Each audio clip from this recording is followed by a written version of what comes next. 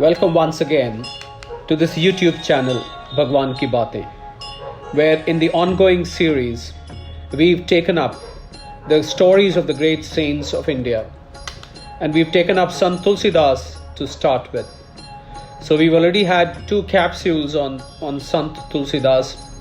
Let's get started with the 3rd capsule. If you remember, in the last capsule, the 2 thieves who had come to steal gold plates from Tulsidas ji's ashram weren't able to do because they found 2 guards on each of the door they went, and it so happened that those 2 gentlemen turned out to be none other than Lord Shri Ram and Lakshman. Let's see what happens when the 2 thieves surrender before Sant Tulsidas. And as the 2 thieves were talking to Sant Tulsidas, after realizing who he was, they said, in fact they further said, "The moment we beheld you, our evil heart left us. Just as when the day dawns, the darkness can no more be seen." Tulsidas then said to them, "Your good fortune is very great. Without any efforts on your part, Shri Ram gave you a manifestation of himself. You are like the one who's collecting herbs in the forest finds the wine that gives immortality, or as a man while gathering pebbles near the town happens to find a touchstone, or as one begging for gruel from house to house finds in his possession the nectar juice, or as when one is laboring over a lamp, the sun itself shines into the house, or as when examining Kok Shastra, a book on Vedanta, comes to hand, or when stringing beads of glass, a necklace of pearls comes to one's hand, or as when searching for babool, a wood in the forest, one should see a sandalwood tree of Mount Males, or as one should go in search of the city of Yams, one should see the city of heaven." Hearing him say this, the thieves made him a namaskar, and putting aside their evil minds, constantly remained in Tulsidas' hermitage. In the Sri Bhagavad Puran, Lord Krishna told Uddhav the meaning of his deep thoughts. "He who desires to attain me, he must associate himself with the good. By association with the good, the praises of God fall on one's ears." So these thieves who had been evil men and adulterers became good men.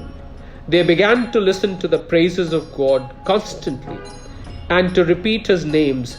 These things continued for many days, and then a very, very strange thing happened. Some Brahmins were seated, eating in the hermitage of Tulsidas. A great variety of food, cooked with butter and sugar, was spread before them. As Tulsidas was about to make the offering to the god, and as the Brahmins were repeating the words, "This is an offering to the Supreme Brahm," suddenly a Brahmin appeared at the gate.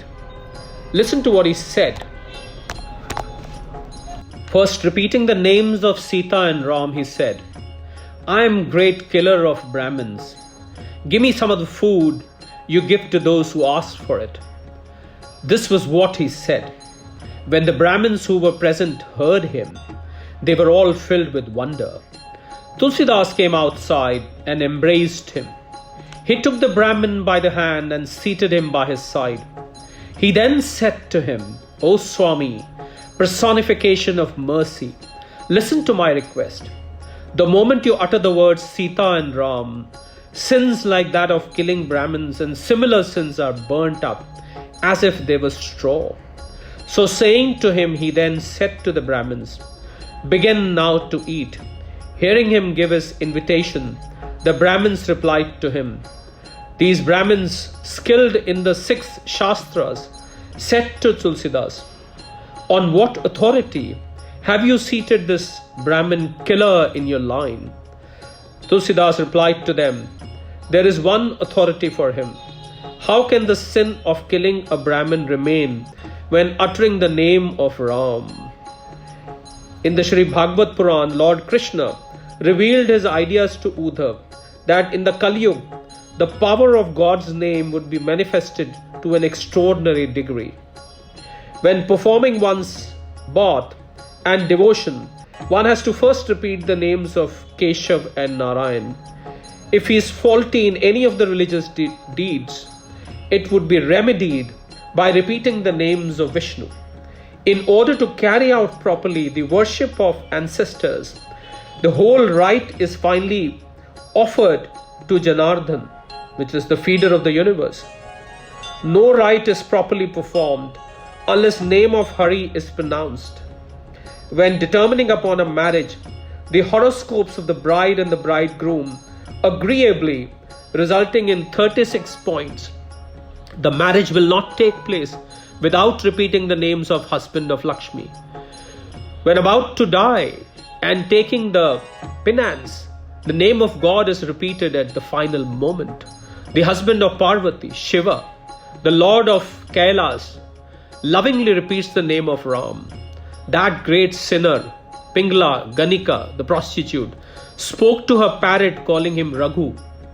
In doing so, the straw of her great faults was burnt up by the flames of the names of the god.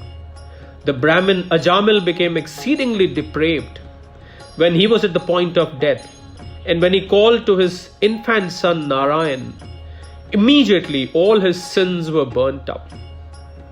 The Brahmins, wanting explanation, said, "This does not seem to our minds to be true.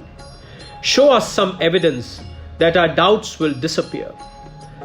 Tulsidas said to the Brahmins, "What kind of evidence do you ask for?" The earth gods, that is the Brahmins, said, "Make an offering to the stone bull. The Lord of the universe, the Lord of Kailash, Nandikeshwar, stands in front of it. Fill a plate of food and offer it to the stone bull. If the stone image of bull eats the offering from your hands in the sight of us, then we shall allow this killer of Brahmins to sit amongst us at this time."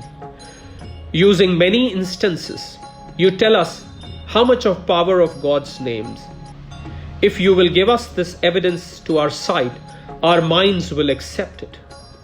Not merely by telling us of the sweetness of sugar will our tongue's love of the sweet be satisfied. You tell us of the great power of names of the God, but our doubts do not leave us. The experts pierce coins by their instrument in order to test their genuineness.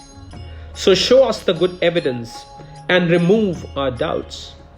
Just as the jewels in the serpent's head are wound around with a string and then thrown into the fire and examined, so show us the certainty of experience of the names of the God.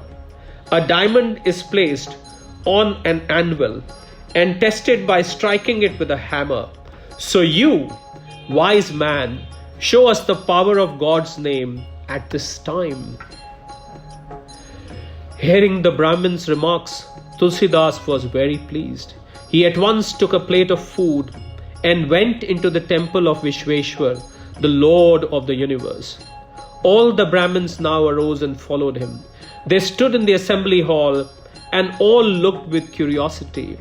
With a plate of food in his hand, Tulsidas came to the great door of the temple. He joined his hands palm to palm and bowed prostrate on the ground. So he said, "Victory, victory to thee, who wearest the moon on thy head, blue-throated one, holder of the Khatwang bow, husband of Parvati, enemy of the demon. Tripur, listen to the request of the lowly one. Just as thou didst drink the virulent poison, and thy whole body became inflamed, then thou didst repeat the names of Ram. By merely repeating the two-lettered name of Ram, thou didst become cool. O Lord of the universe, if that be true, then let this stone bull eat this offering."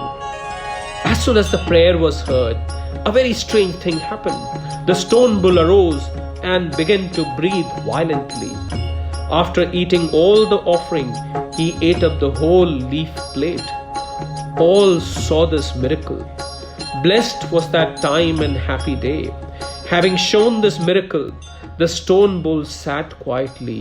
Neither the Vedas nor the Shastras understand the most extraordinary power of a Bhakt. The noble Vaishnavas all shouted out, "Victory, victory."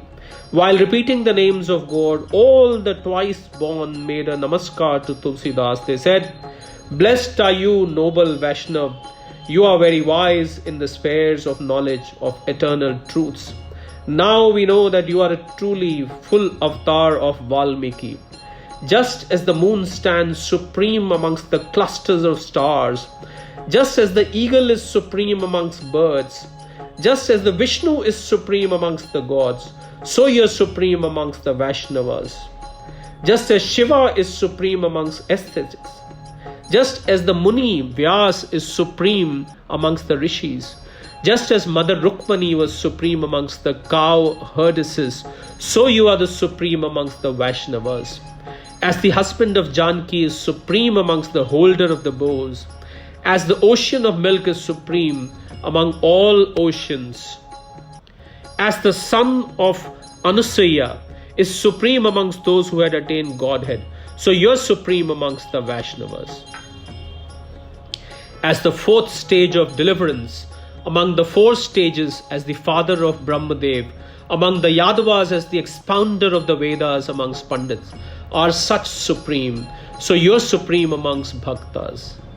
As the sun amongst the 9 planets, as the Ushan amongst the great poets, and as the Mount Meru amongst the mountains are each supreme, so you are the noblest Vaishnavas amongst the Vaishnavas. Thus, having praised Tulsidas, all the Brahmins came back to the hermitage. They allowed the Brahmin killer to sit at their side and all dined together. Thus all the people of Benares began to repeat names of God. They gave up their pride and came to listen to the deeds of Hari. So with that we come to the end of this capsule number 3 of Stories of Great Saints and Sant Tulsidas. We are all listening to the miracles which Tulsidas Bhakti, Tulsidas devotion, the fact that Sant Tulsidas was none other than the incarnation of Lord Valmiki is getting proved more often than not. But the story gets more interesting because as it moves forward, we'll see new things happening around Sant Tulsidas, where some people may start opposing him despite all the miracles and all the powers and all the bhakti which is so visible in him. Let's see what will happen. We'll connect with you once again in capsule number 4. Until then, goodbye, good luck and Sadar Pranam.